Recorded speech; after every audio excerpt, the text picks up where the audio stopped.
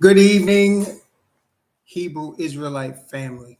Glory and honor to our Father, Yahweh, the creator of heaven and earth, the sea and all that in them is, and the God and Father of the Messiah, YHWH, who is the atonement for the sins of his people, the high priest for his people, and the soon returning king of planet earth. Glory and honor to Father Yahweh and to Messiah, Mashiach, YHWH.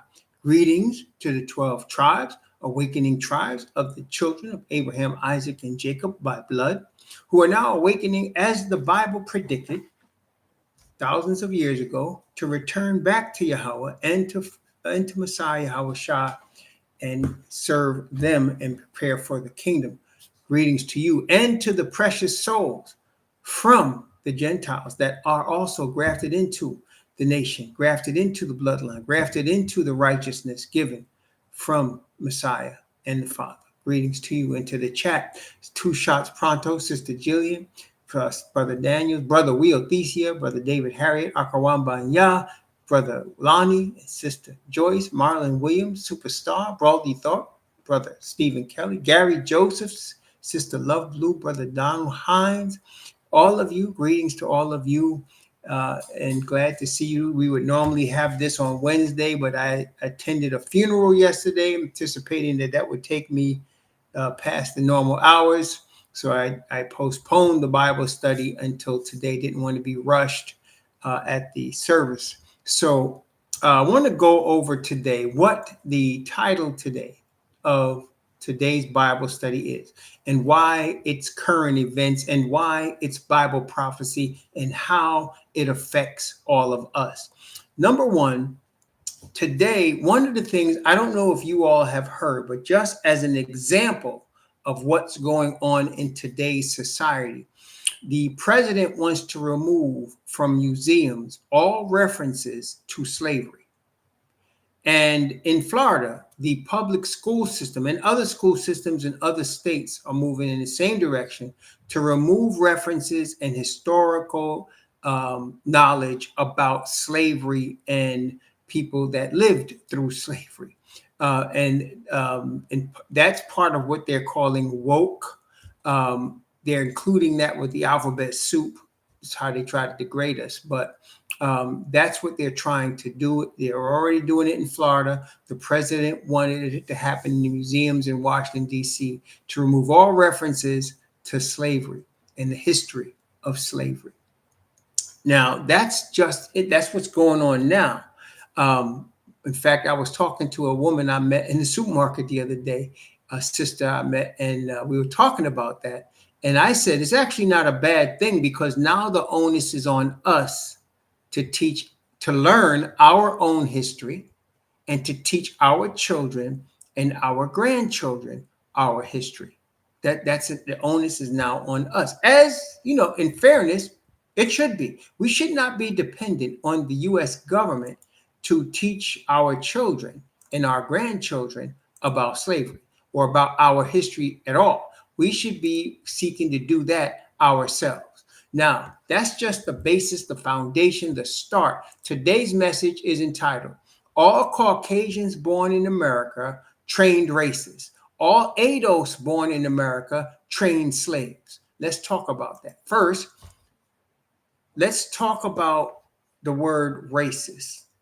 Another way that now the powers that be, especially among the Europeans, are trying to exalt themselves at the expense of others is to reframe history. They're trying to reframe history and rewrite it and reframe it so that it's not as it was, but it doesn't make them look bad or guilty. That's what they're trying to do. Everybody from Charlie Kirk to President Trump to all of the Europeans, leaders in politics, they're trying to reframe slavery. And in doing that, they're also reframing what racism is. And so I've had people call me racist, which I still find funny. When you understand what racism is, you see how when I hear a Caucasian person call me a racist, first thing I know is they don't even understand their own history. They're so deluded that they're believing what they're being taught by their cousins, which is a lie about racism, about history, about slavery. So let's talk a little bit first of why it's important in terms of the Bible that we understand these things. Number one, we know, let's go to Daniel chapter 2. And if you've seen this before, please excuse me. But now we went and touched on it in many sermons, but in many messages, many teachings. But today we're going to focus on it. So this is going to be an official teaching on why all Caucasians born in America are trained racists. And all ADOS stands for African descendants of slaves. All descendants of slaves born in America are trained slaves. So let's go into it. First thing I wanted to also, I got a document that I mentioned before. I don't know, I didn't look into how to put it in the description box, but I'm going to. It's the it gives you the founders of race, which are all Europeans. It gives you the pretext for the development of the paradigm of race, which is colonialism. And then I have all of the references, which are 1, 2, 3, 4, 5 references for what I found. And inside those references, like if it's Wikipedia, they also have sub-references. So if you're interested, just ask me, I'll get it to you and you can look at it for yourself. But all of this I found from Googling it and looking up references there.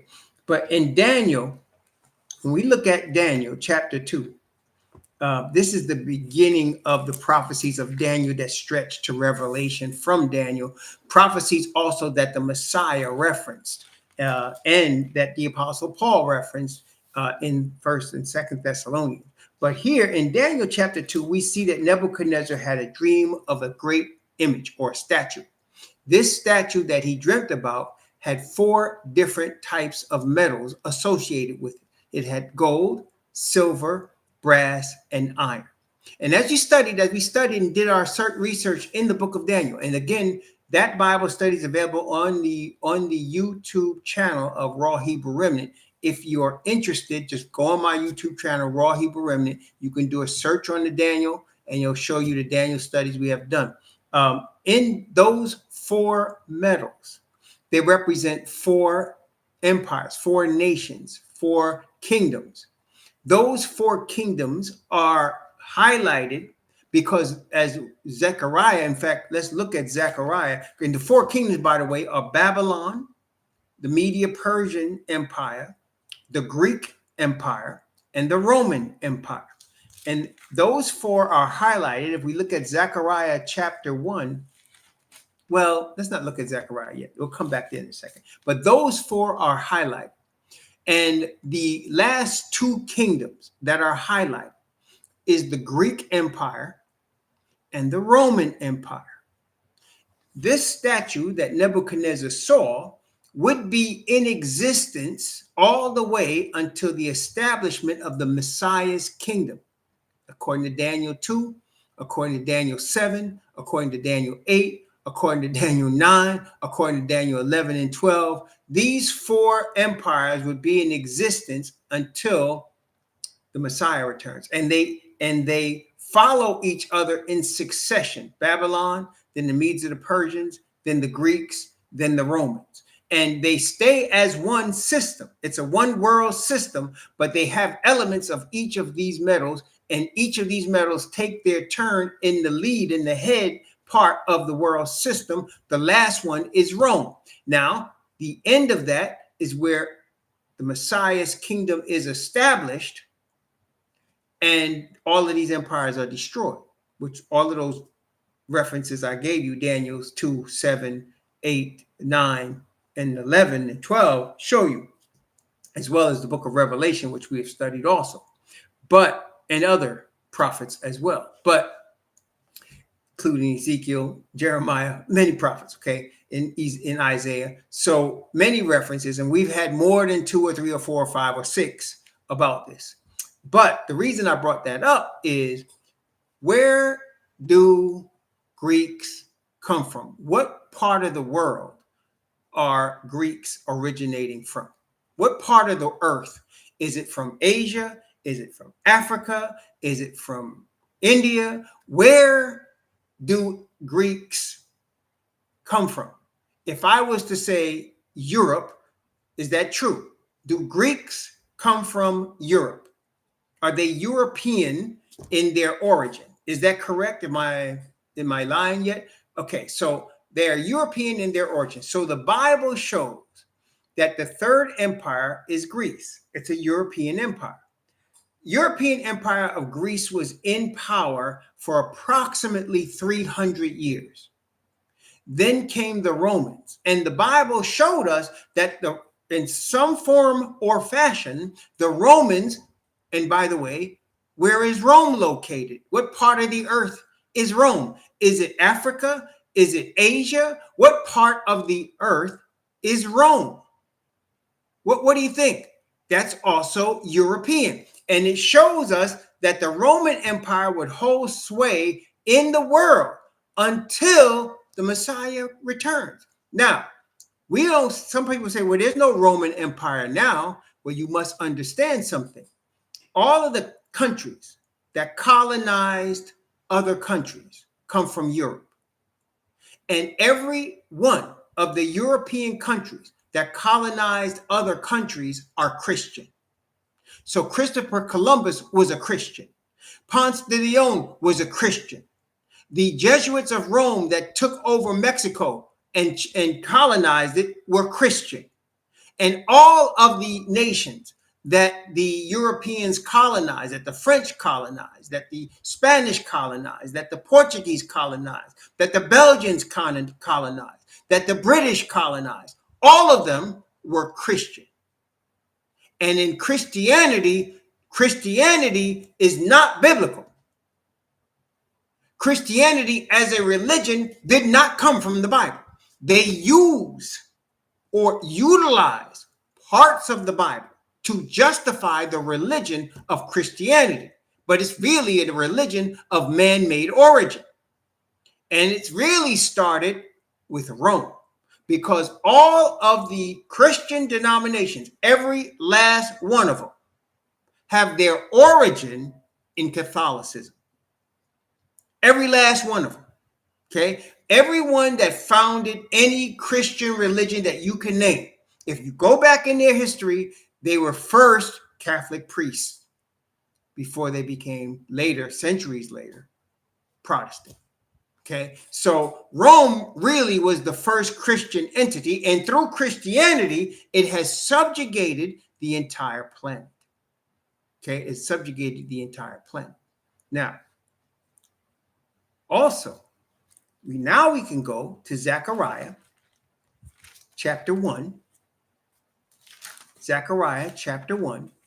And the Most High is using the 70-year prophecy of Jeremiah in Zechariah to show his displeasure and the future of the European powers and why they will be destroyed and why they have been singled out. Let's take a look in Zechariah chapter 1, beginning at verse 15. Beginning at verse 15, I'm going to read Zechariah chapter 1. Now watch this closely. Zechariah chapter 1 from verse 15 to 19. Verse 15 says, I am very sorry. This is the Most High speaking through his Hebrew Israelite prophet Zechariah, a priest of the tribe of Levi. So it says, I am very sore displeased with the heathen that are at ease. For I was but a little displeased, and they helped forward the affliction. So he says he's displeased with the heathen. Another word for heathen, if you didn't know, is Gentiles.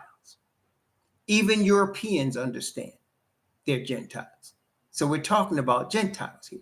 He said he's very sore displeased with them because he was a little displeased with us, but they are going overboard. They're furthering the affliction.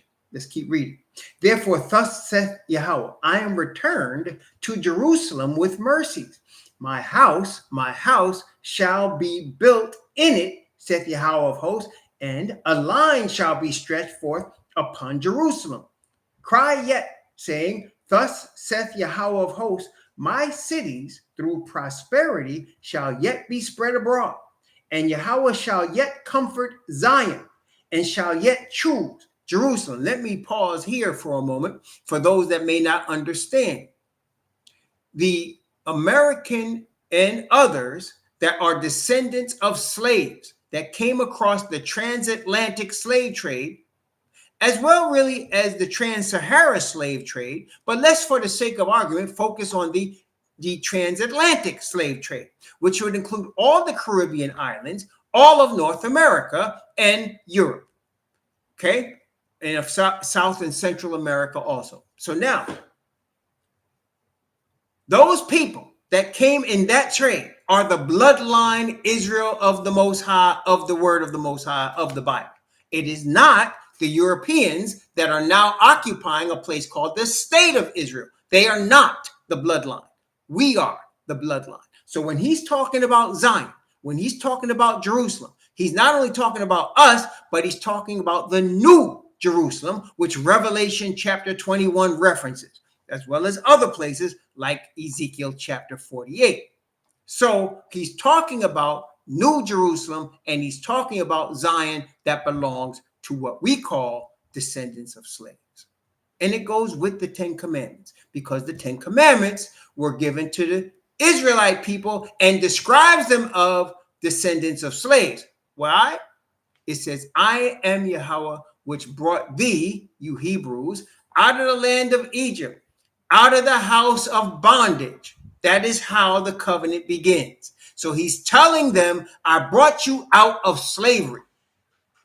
And then he told us in Deuteronomy 28:64 that if you disobey me, I'm going to put you back into Egypt by ship. I'm going to bring you back into slavery. Then he tells us in Isaiah chapter 11, I'm going to set my hand again a second time to recover the remnant of my people, which shall be left from the four corners of the earth. So he's continually referencing him delivering his people from slavery. Okay? And that's how one of the signs that you can know who the true ones are. They have been enslaved and scattered abroad through the earth. Let's continue reading. Verse 18. Then I lifted up mine eyes and saw, and behold, 4 horns. And I said unto the angel that talked with me, what be these?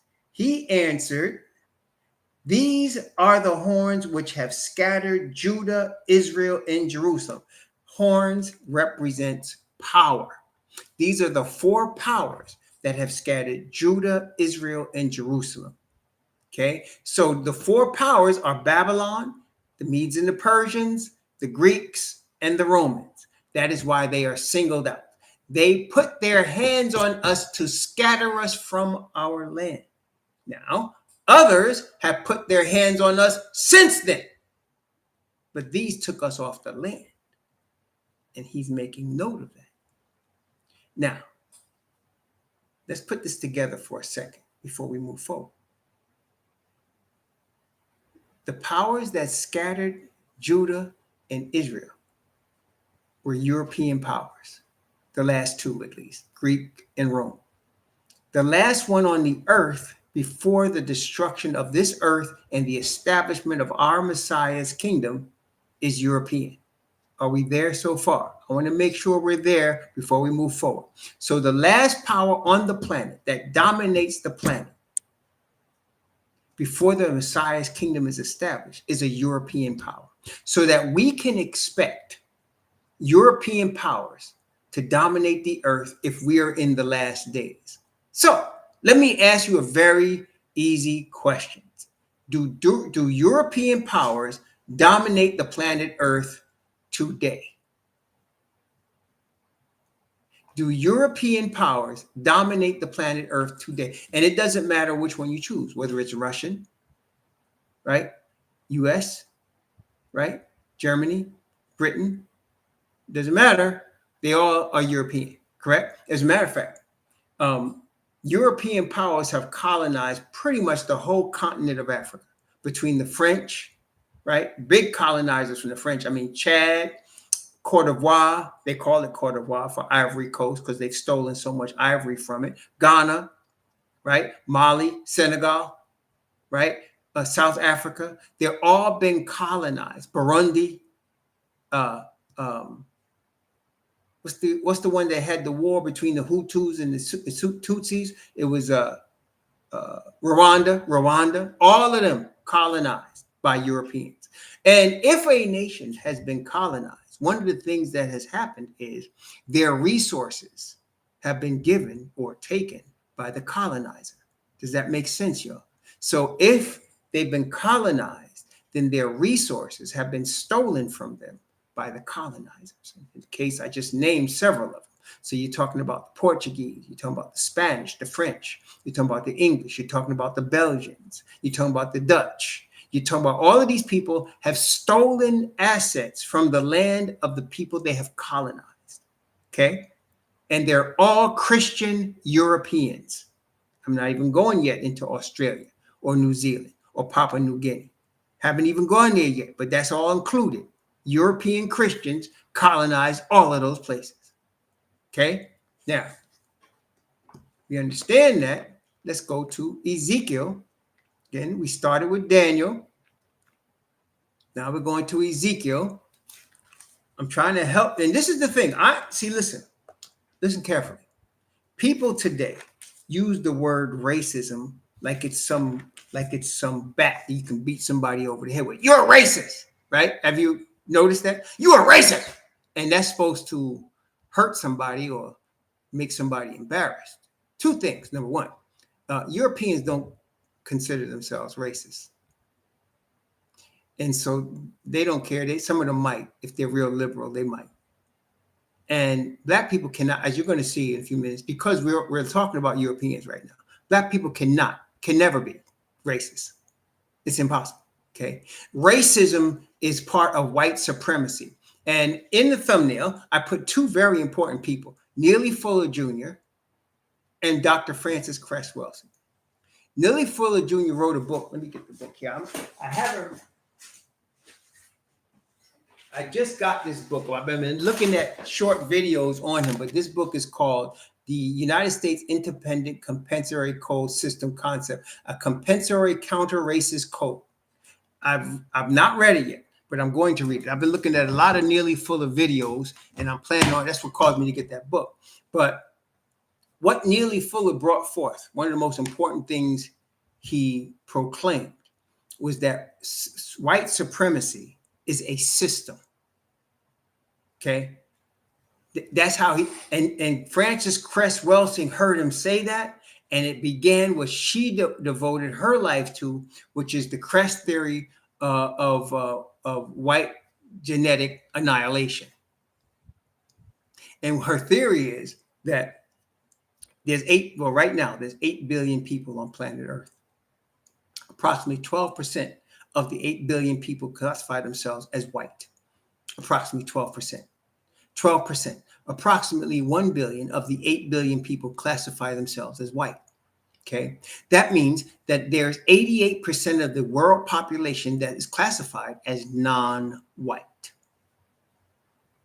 And because the so-called white person has a genetically recessive gene that causes them not to be able to produce melanin, in time, according to Dr. Francis Cress Welsing, their race would not survive because it would be overwhelmed by the 88% that's non-white.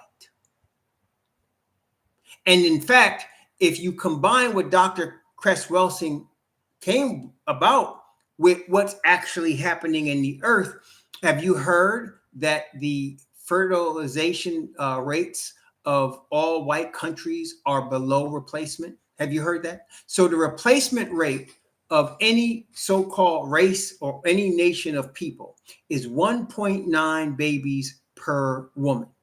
So for a race of people or a nation of people to continue, this is scientific fact by European scientists. And again, I can get you, if you want it, just ask me. I'll get you the information, the links to both the description box, the links to written information and YouTube videos done on this subject. Just email me. I'll give it to you. So what I was saying was all European nations right now, and I mean every last one, Russia, Germany, France, Italy, the United States, they're below, their fertilization rate is below, in some cases, way below 1.9. In fact, from their own scientists, if it drops below 1.6, there's no turning back. In other words, they're going to go extinct. And the reason is, now they're making up all kinds of reasons, the working woman and stress and all that, but really, Dr. Cress Wilson came up with the answer. The reason is because they're only 12% of the world population, and 88% of the world population is non-white.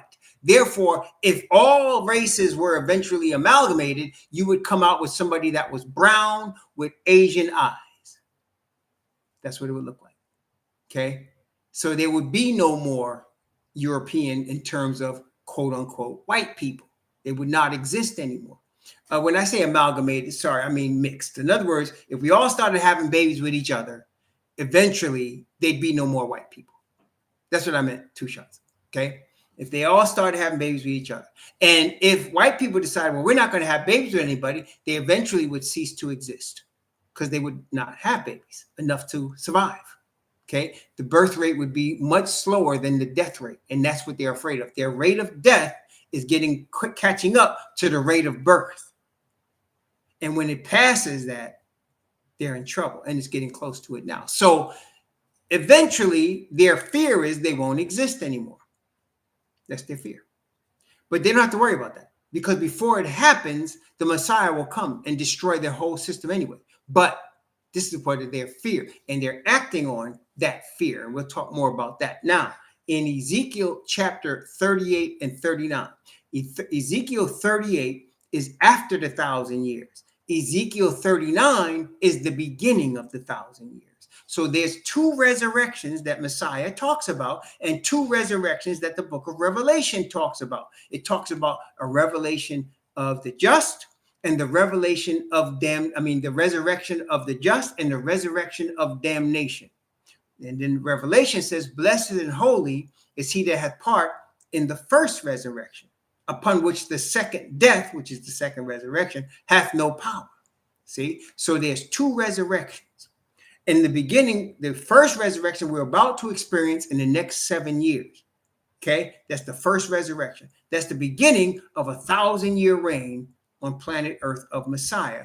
And then comes the second resurrection, which is the end of Asatan for good, the non-existence of rebellion forever, the non-existence of Asatan and all of his angels and all sinners forever. They will cease to exist. And the reason there's a 1,000-year reign is because the second resurrection is their official public judgment. So to be condemned to eternal damnation, there must be an official judgment, a judicial process. Does that make sense, y'all? So there is a judicial process in which they will be condemned to non-existence at the end of 1,000 years. That's why it's called the second death. Okay? Everybody got that so far? So here in chapter 39 is the first resurrection. In chapter 38, it's the second resurrection. So let's take a look at chapter 39 and let's begin here. And I'm going to begin at verse 1. And I'm going to start at verse 1 and I'm going to go down to verse 5. And by the way, chapter 39 of Ezekiel is a mirror of chapter 19 of the book of Revelation. Okay, so but chapter 19 is a much shorter version of chapter 39. So here, chapter 39, let's begin in verse 1 and read down to verse 5. Therefore, thou son of man, prophesy against Gog, and say, thus saith the Most High Yahweh, behold, I am against thee, O Gog, chief prince of Meshach and Tubal. And I will turn thee back and leave but the sixth part of thee, and will cause thee to come up from the north parts, and will bring thee upon the mountains of Israel. And I will smite thy bow out of thy left hand, and will cause thine arrows to fall out of thy right hand. Thou shalt fall upon the mountains of Israel, thou and all thy bands, and the people that is with thee. And I will give thee unto ravenous birds of every sort, and to the beasts of the field to be devoured. Thou shalt fall upon the open field, for I have spoken it, saith the Most High Yahweh. Now you also see the name Gog mentioned in the book of Revelation at the second resurrection as well, where it says Gog and Magog. Look here, Revelation chapter 20, and this is when Asatan is resurrected and he begins his work of deception immediately at the end of the 1,000 years. Here, this is verse 6, Revelation chapter 20, from verse 6 down to verse 8. And then let's go down to verse 9. Revelation chapter 20, from verse 6 to 9. Same Gog, but this is at the end of the 1,000 years. And we'll look at another verse about that in Ezekiel 38. Let's take a look. Blessed and holy is he that hath part in the first resurrection. On such the second death hath no power, but they shall be priests of Yahweh and of Messiah, and shall reign with him 1,000 years. And when the 1,000 years are expired, Asatan shall be loosed out of his prison being the grave, and shall go to deceive the nations which are in the four quarters of the earth, Gog and Magog, to gather them together to battle, the number of whom is as the sand of the sea. And they went up on the breadth of the earth, and compassed the camp of the saints about, and the beloved city, and fire came down from Yahweh out of heaven and devoured them. There are so many of them that they cover the whole planet. Remember, these are the lost from all ages, resurrected for judgment. And there's more lost than there is saved. Okay, many times more. So they cover the whole planet Earth, and they are represented as Gog and Magog, just like Ezekiel 39. Now, before we go to Ezekiel 38, let's let the Bible tell us, who is this Gog and Magog? It says they came out the north, which gives us a hint, right? It says, look at here in Ezekiel 39, it says,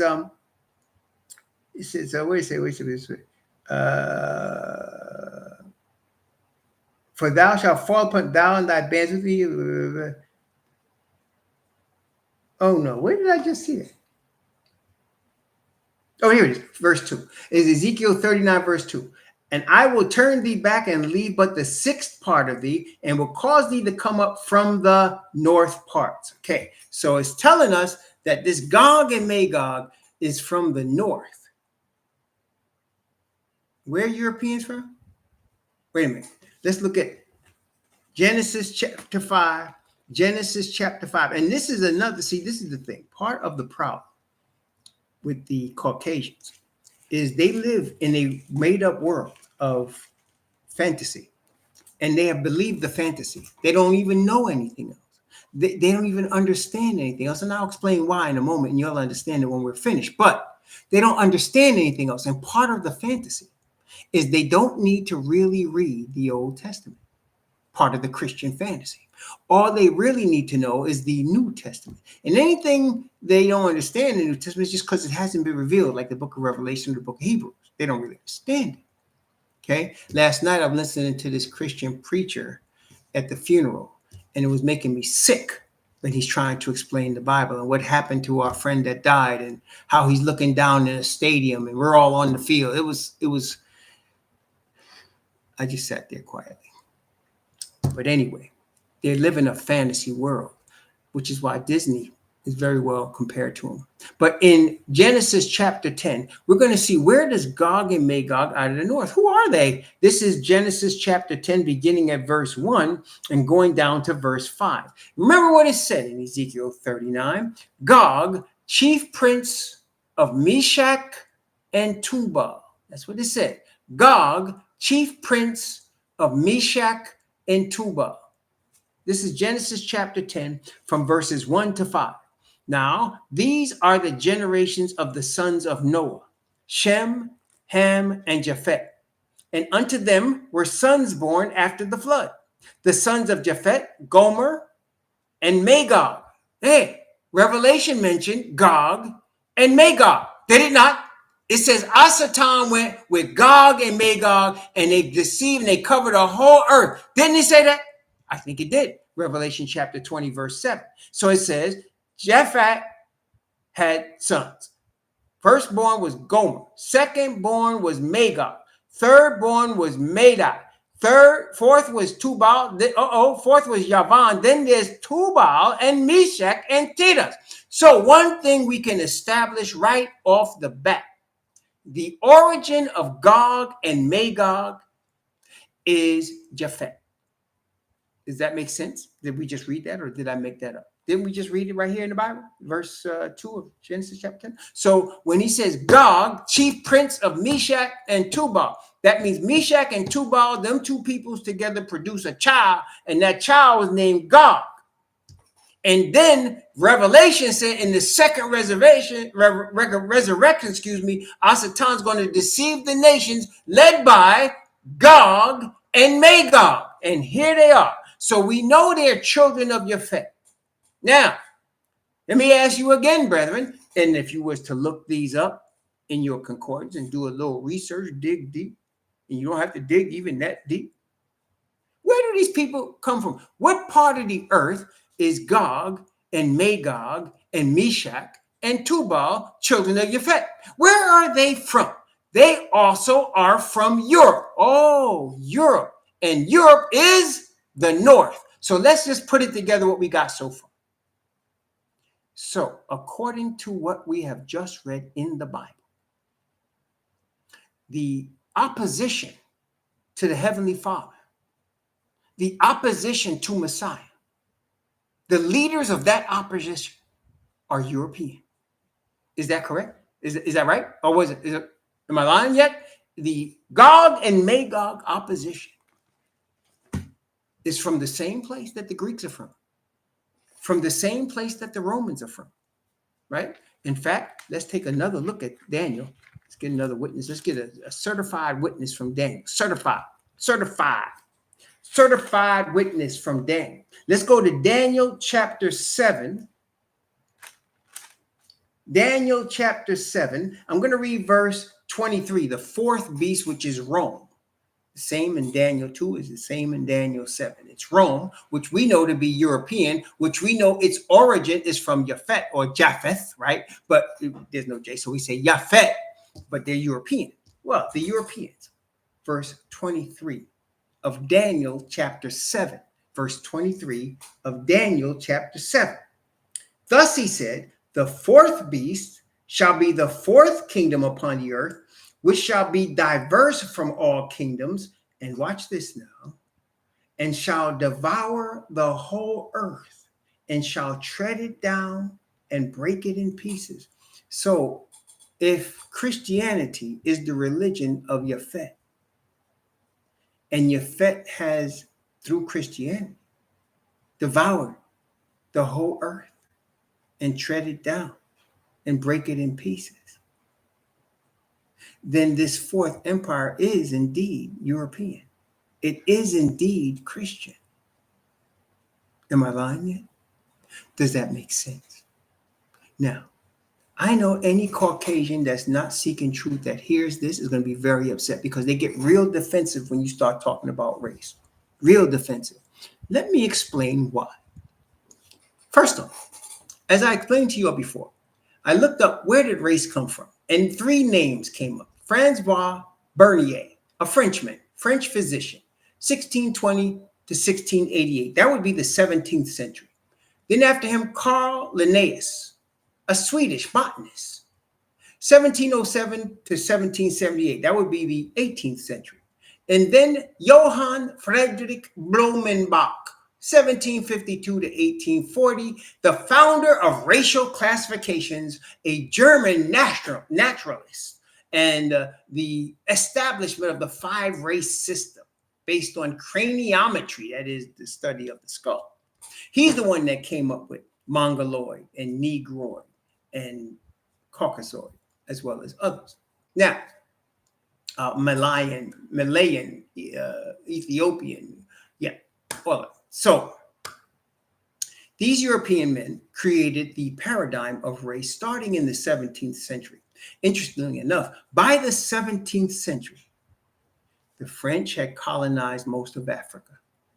The Belgians had colonized the Congo.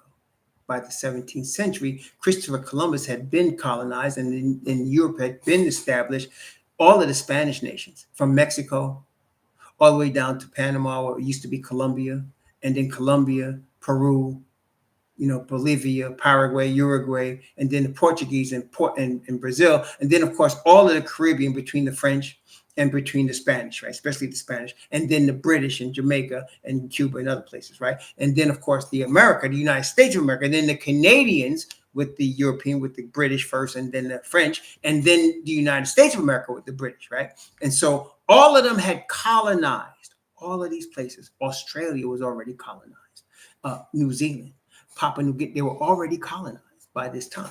Why is that important? Because once they are colonized, they are established their dominance. Can we agree on this logical conclusion? That the colonizer must be the dominant one.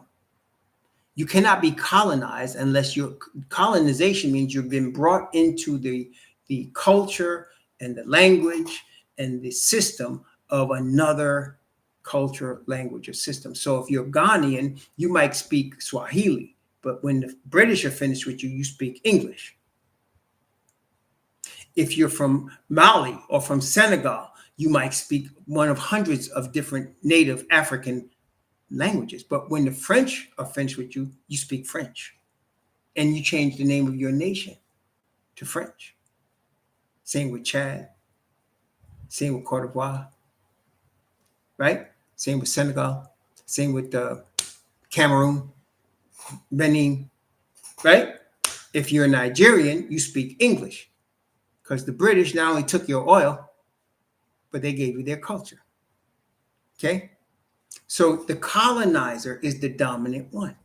So with all of these nations that I named, ones I just named, and there's lots, right? I mean, I can't even name all of them. There's so many, but there's a lot, right? So you're talking about colonizers, Europeans that dominated other cultures and made those cultures take in the European culture, which includes the European language of the colonizer, whether it be English, or Portuguese, as in Brazil, or French, or Spanish. The colonizer's language is proof that you were colonized. Again, I want to make sure I didn't lose anybody. Is that correct? Does that make sense? Do you follow me? So the colonizer's language. So by the time these gentlemen created the paradigm of race, and let me read one more paragraph from this source. This is a Wikipedia under colonialism, the same source. According to Smedley and Marx, the European concept of race, along with many ideas now associated with the term, arose at the time of the scientific revolution, which introduced and privileged the study of natural kinds, and the age of European imperialism and colonization, which established political relations between Europeans and peoples with distinct cultural and political traditions. As Europeans encountered people from different parts of the world, they speculated about the physical, social, and cultural differences among various human groups. The rise, listen carefully to this part now, the rise of the Atlantic slave trade, which gradually displaced an earlier trade in slaves from throughout the world, created a further incentive to characterize human groups in order to justify the subordination of African slaves. Here's the point here. So colonization is used to justify subordinating slaves. Now, let's bring it to home. In the United States of America, if you grew up in the United States of America and you went to a public school, I'm not even going to talk about Catholic schools. That's a whole different thing. But if you went to we're going to talk about Christian and Catholic in a second. But if you went to a public school in the United States of America, what were you taught? You were taught about George Washington. Were you not? George Washington, the first president of the United States. Isn't that correct? Were you not taught about that? You were taught about George Washington. You were taught about Thomas Jefferson, signer of the Declaration of Independence. You were taught about Abraham Lincoln, the 16th president that freed the slaves, right? That's what you were taught. And if you taught, when I was in school, now I'm a child of the 60s. So when I was in elementary school, it was the 1960s. And the only reference to anyone Black in my history book, and I remember this because it really started my dawning even then at age 9. So my mother and my father really pushed pro-Black. We was Ebony Jet family, Ebony Jet family. So, and as I told you, my father is the product of a rape of his mother by a Caucasian German man, right? That she was cleaning their house, and he decided to take more than allow her to be cleaning. He snatched her, and she produced my father. See, so my father looks white, or he used to, right? That's why, because his mother was raped by a white man. But of course, that wouldn't be the first, and that wouldn't be the last, would it? But anyway, my point in bringing that up is, once we were subjugated and we go to their schools, we're taught about their white men as heroes. They would say, George Washington, what did he say? I never told a lie. Isn't that correct? I chopped down the cherry tree. I cannot tell a lie. Isn't that correct? And then you get Thomas Jefferson. What they don't tell you is these men were slave owners. They never tell you that. They don't tell you about Sally Hemings and how many children she would have had for Thomas Jefferson, aside from his white wife, right? They don't tell you that, right? They don't tell you about any of that, right? So you grow up learning that white men are discoverers. You grow up learning about Christopher Columbus discovered America. Tell me if I'm wrong now. You grow up learning about Amerigo Vespucci. They don't tell you they slaughtered the Indians. They say they came and they bought Long Island from the Indians. They came and they settled, and they converted people to Christianity. They don't tell you they raped, sodomized, slaughtered, killed them, and took their land. They don't tell you that. So as a child, you're very impressionable enough. So you're being taught that people that look like you, if you're Caucasian, are heroes, discoverers, great men. And the only Black man you see is a rebel slave.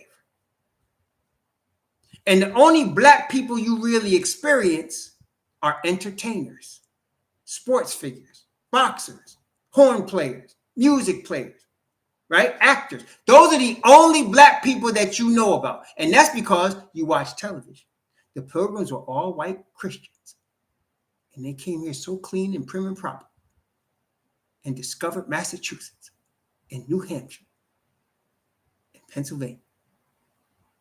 And they were just hardworking people looking for freedom. Never mind that they raped and killed all the Indians. No, they don't tell you that. So seriously, though, you grow up thinking as a white person, your people discovered this country and your people built it. Isn't that correct? They never tie together the cotton trade, the tobacco trade, right? The sugar trade with wealth in America. Nope. These great discoverers came here and built it. Tell me if I'm wrong yet. Isn't that how you're raised? Both Black people, white people, Spanish people, you're all raised the same way. Isn't that correct? So when you grow up and you're white, first of all, you automatically think you're superior. You automatically do. You can't help it. You come by it honestly. So therefore, you are a victim of being racist.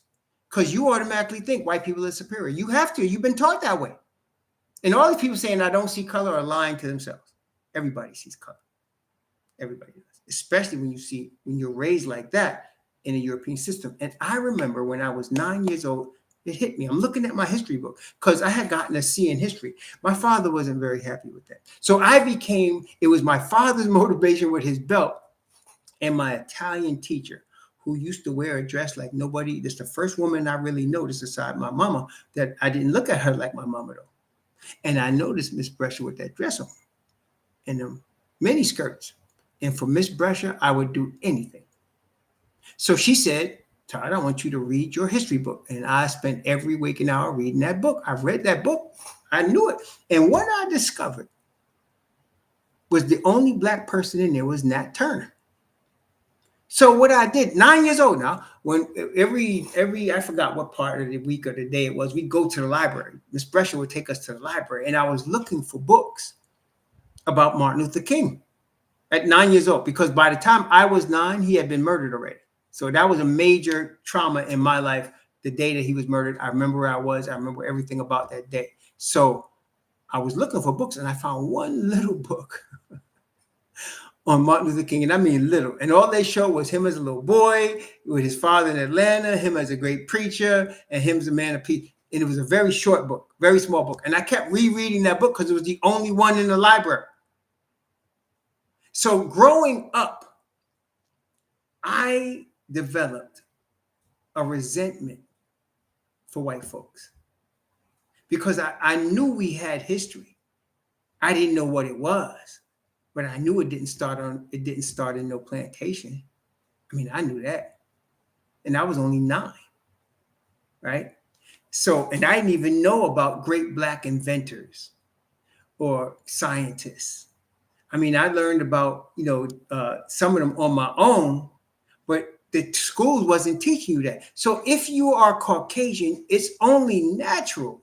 I mean, tell me if I'm wrong, but it's natural for you to feel superior. Your people discovered this country. Your people built up this country. Your people own this country. That's the way you were raised. So if somebody comes and tells you, no, you killed the Indians, you don't want to hear that.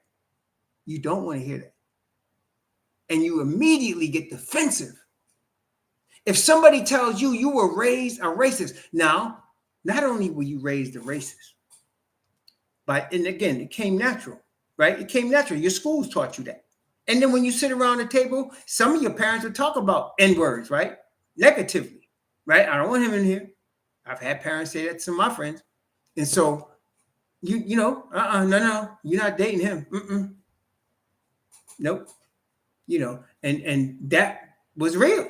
So now you are not only looking upon yourself as a Caucasian as superior. You're not only looking at this nation as yours and your people having discovered it and built it up. You're now looking down on people you find to be, or you're taught that are inferior to you. Now, as a black boy being raised in the same system, if I'm not getting an education from my mother or my father, I am also thinking, man, white people are great. I mean, Dad. And I should be thankful to be going to a white school. I should be thankful that these white people are educating me about how great they are. Now, if you went to a religious school, which means either a Protestant Christian school or a Catholic school, you're not only being raised and trained as a racist, you're being raised and trained as a white supremacist. Why do I say that? Because now you're seeing pictures of God and he looks like you. Right? He looks like you and he can get you into heaven if you're a good boy. And black people are seeing the same images because black parents break their neck to get their child in Catholic school because they want to go to the best schools. And so their child is looking at a white Jesus and a white pope and a white prince and a white bishop and a white priest. And they're saying Hail Marys to a white woman. And so is it any wonder that we think lower of ourselves as they think lower of us when we're raised that way? See, you're white, you're raised a racist, you're in a racist system. They're not telling you the whole truth. And as a child, you're receiving that. But then when somebody comes along like a Malcolm X or a Fred Hampton, or God forbid, a Khalid Abdul Muhammad, you are offended because they're telling you your ancestors weren't the discoverers. They were colonizers, rapists, murderers.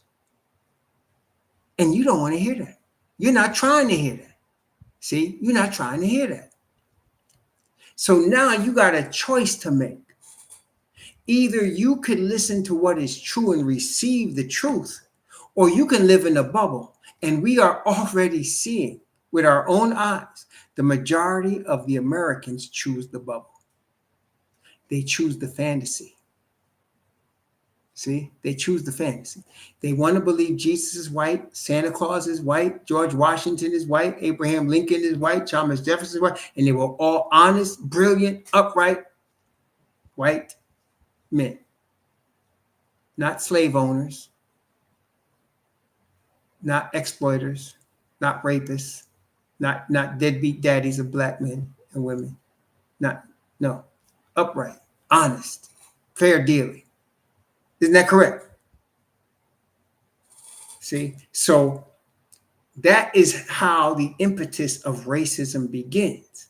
And it all started when these scientists created these classifications for the justifying of subjugating people of color, especially Africans, who are really, we know now, are the Hebrews, to subjugate them and justify in their conscience and in the conscience of all of the people raised in the system, their subjugation. And to help their own people understand you're better than them. Your whole system says it. You look at every president, except before Barack Obama, and even Barack Obama really didn't help, but really, you look at every president, he's a white man. You look at every powerful man on the planet that's an industrialist, Carnegie, right? Andrew Carnegie, Rockefeller, Kennedy, what are they? White men. All the movers and shakers, white men. Right. So you look at all of these people and you have no look, man. I'm just telling you, this is human nature. You're going to think, well, shoot, man, we got it going on. We the baddest people on the planet. We deserve to be on top, which is what they taught. The racist ones among them, they teach that. Okay, they teach that. So they're born and raised to believe they discovered everything, from Christopher Columbus, right? Discovering America. They're raised to believe they're superior to everybody because they discovered everything. They built up everything. They're the most powerful people on the planet. They're giants of industry. And we're raised to believe we're beneath them. So they are being trained racists and white supremacists, and we are being trained slaves. See, if they can control here, they got you. Once we start awakening to who we really are, it's beginning of our true freedom from our mind and our spirit. So if we know who we really are, it doesn't matter what they think about us anymore. And that was one of the freeing things that happened to me personally. Once I understood I was a bloodline Hebrew, once I understood where my family come from, once I understood why my father was so angry, once I understood why all the brothers I grew up with was angry, once I understood why we hated white people, once I understood all that, where it came from, how it started, and where we really are, what they thought about me, it used to matter. When we are raised in this system, we're continually concerned about what white people think about us. That's the truth about it. When you're raised in this system, in their schools, in their churches, in their religions, you care about what they think about you because they're God. But when you start to wake up from that and you realize that no, their God is not a white man. It's a Hebrew. He's black. The Messiah is black. All the disciples are black. All of the tribes are black. And you're them. Then you don't care what they think. You don't care what they say. You don't care because you're free from the lie. They're still subjugated to the lie. Okay? So those among the Caucasians and the children of Yafet that are looking for truth, and they do exist, obviously, because the Bible wouldn't talk about them, 1/6 of them being saved, if they didn't exist. So they do exist. They're the ones that's coming to truth and can see things clearly, that their cousins, proverbially speaking, their heads in their behind, because they're raised that way. They're raised with their heads in their behind, so that they can justify everything they do, no matter how wicked, no matter how much lie it is. And this is why Donald Trump has such a strong following. There's probably, I'm going to be conservative, there's probably 25% of the Caucasian population of the United States that will love Donald Trump no matter what he does, no matter what he says. Because to them, he represents what they were taught growing up, that the white man is God, that the white man is the superior one, that the white man is going to be in power, that he has discovered everything, that he is the one that is the savior. And so they will never leave him. And those are the ones that's going to stand out there with Gog and Magog. Okay, them and all of their generations before them. Those are the ones going to stand out there with Gog and Magog. See? And that brings us, look, Ezekiel chapter 39, which is the second resurrection. Ezekiel chapter 39. I'm sorry, 38. I just read 39. That was the first. Yeah, chapter 38. Right? 38 is the second resurrection. Now watch this. This time he doesn't say, like he said in chapter 39. If you notice that, he said in 39, I'm going to save a sixth part of you. Chapter 39. He does not say that in chapter 38. And so let me read from chapter 30. And I want you to notice how they use the word. Let me see. How they use the word. What word do they use for it?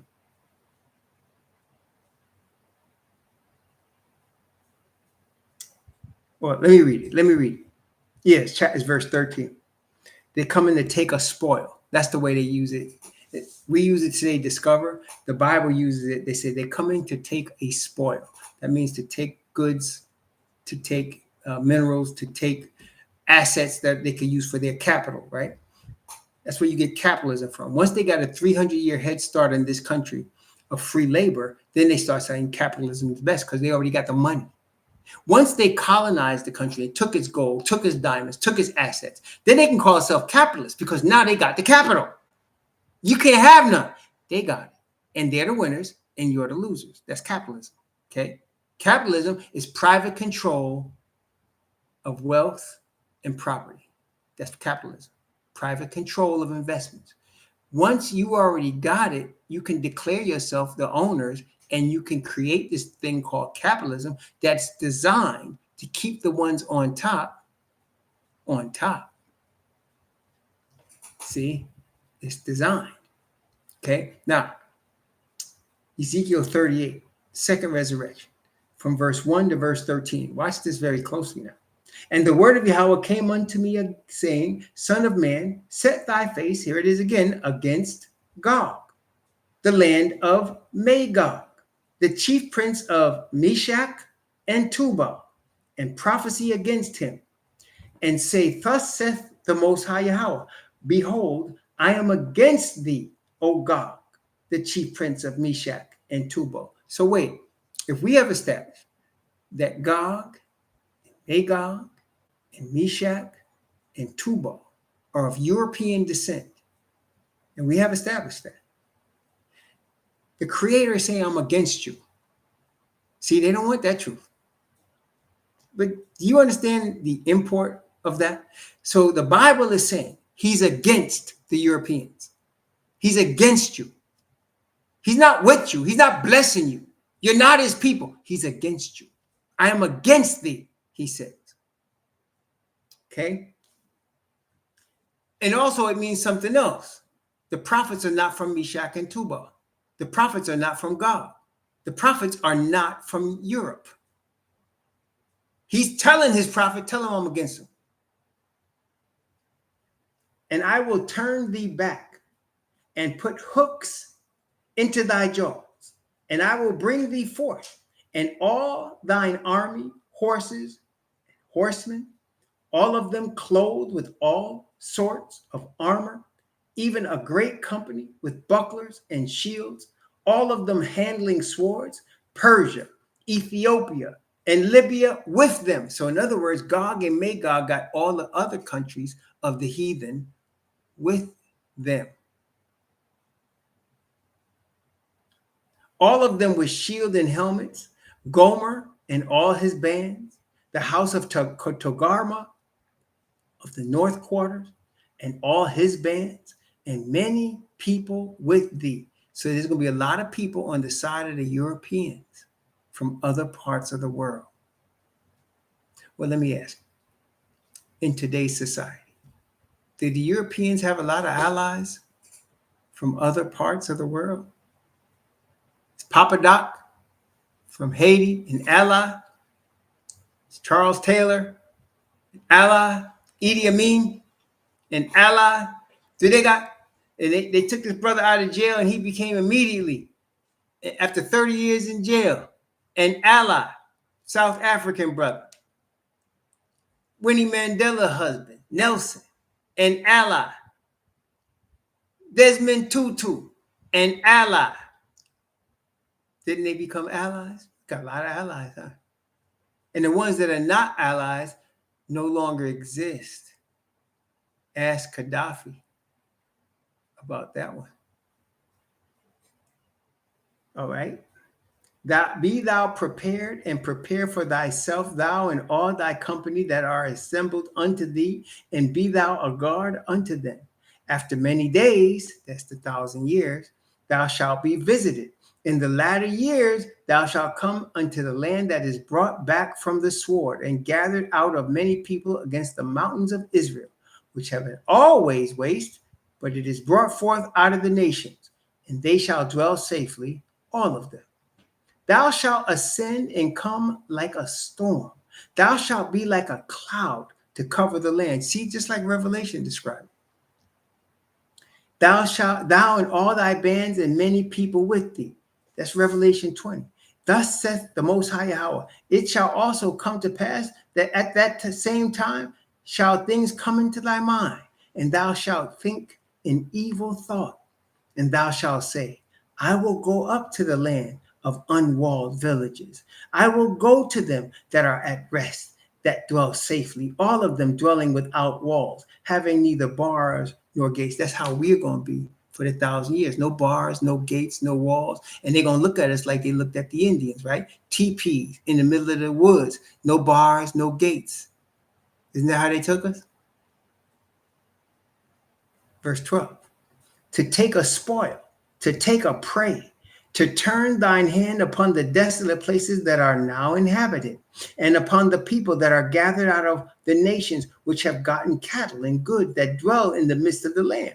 Sheba and Dedan and the merchants of Tarshish with all the young lions thereof shall say unto thee, art thou come to take a spoil? Hast thou gathered thy company to take a prey, to carry away silver and gold, to take away cattle and goods, to take a great spoil? So they're going to come up in the second resurrection with the same thought process that they have when they now rule the earth. The same thought process. They're going to look at the New Jerusalem with the tree of life in the midst of it, in the river of life, and they're going to try to discover it. Okay, and they're going to think it's going to be easy. They're going to think it's going to be easy. Okay, all right. I'm going to, let's skip down. I'm going to skip down. I'm going to look at verse 9 from verse 18. From verse 18 down to verse 23. Ezekiel chapter 38 from verse 18 to verse 23, which is a mirror of Revelation chapter 20. And it shall come to pass at the same time when Gog shall come against the land of Israel, saith the Most High Yahweh, that my fury shall come up in my face. And for in my jealousy and in the fire of my wrath, I have spoken. Surely in that day there shall be a great shaking in the land of Israel, so that the fishes of the sea and the fowls of the heaven and the beasts of the field and all creeping things that creep upon the earth and all men that are upon the face of the earth shall shake at my presence. And the mountains shall be thrown down, and the steep places shall fall, and every wall shall fall to the ground. And I will call for a sword against him, that is Gog and Magog, throughout all my mountains, saith the Most High Yahweh. Every man's sword shall be against his brother, and I will plead against him with pestilence and with blood. And I will rain upon him and upon his bands and upon the many people that are with him, and overflowing rain and great hailstones, fire and brimstone. That's the lake of fire. And remember what he said in Revelation 20, fire came down from heaven and devoured them. Same thing. Thus I magnify myself and sanctify myself, and I will be known in the eyes of many nations, and they shall know that I am Yahweh. So 2 things. First off, all saved people are first and foremost repentant people. Let me say that again. No matter what color you are, no matter what nation you're from, all saved people are first and foremost repentant people. So if you're a Caucasian and you were raised in a white supremacist, racist system that taught you how great your people were, you can repent of the sins of your fathers, of their rape and murder, in their colonizing of other people, in their enslavement of the true Hebrews. You can repent of that and you can be saved. If you're a Hebrew, you can turn and repent of the sins of your fathers that caused you to be subjugated to Caucasians who taught you they were your God and their white Jesus was your God. And you can turn from that to the true Messiah, a black man from the tribe of Judah. You can choose the Lion of the tribe of Judah and come to him and not care anymore about what they think about you, but only care about what your Creator thinks about you. So that all people, as Paul said, can repent. All people can come to the Creator. All people that are of seeking the truth. And that's what they're going to be in the kingdom, the people seeking the truth. And that is why I say, if you're Caucasian, raised in the United States, you are being trained racist. If you were raised in a Christian church in the United States, you're not only a trained racist, you're a trained white supremacist. And if you are of the Hebrews, of the African slaves that were brought here in chains at the bottom of ships, and you were raised in this country, you're trained to be a slave. You're trained to worship a white Jesus and think you're inferior to them. You're a trained slave. And the only way you can get free is to wake up to who you really are, a bloodline Israelite, and come back to your God, not to anybody's white Christian church, to your God. Praise the Most High. Because everything I say, you might need to go over this again. And again, I say, if you want the document that I read from, I'll give it to you. I have no, I'm not charging you for it. Just, my email address, rawhebrewremnant12@gmail, and I'll send it to you. No problem. And then if you want, you want this book, I just got it the other day. I've been trying to read through Francis Cress Welsing's book, The Theory of the White Genetic Annihilation. I forgot the exact title, but I've been reading through that. That's slowing my Bible reading a little bit because I'm just interested in reading it. But I've been reading through that also. I'm reading everything. I read the introduction. I read the preface. I'm reading every chapter. I'm just going through this thing step by step and reading it. And I'm understanding from a Bible perspective where these people are coming from. They're not coming from the Bible, but what they're saying is actually Bible, as I just showed you. See, so yes, brethren, here we are. And we're giving this knowledge in these last days of Babylon, right before the kingdom is coming to destroy all of these nations and destroy all their system. There'll be no more capitalism. There'll be no more socialism, another system developed by a white man. There'll be no more communism, another system developed by a white man. There'll be no more of that.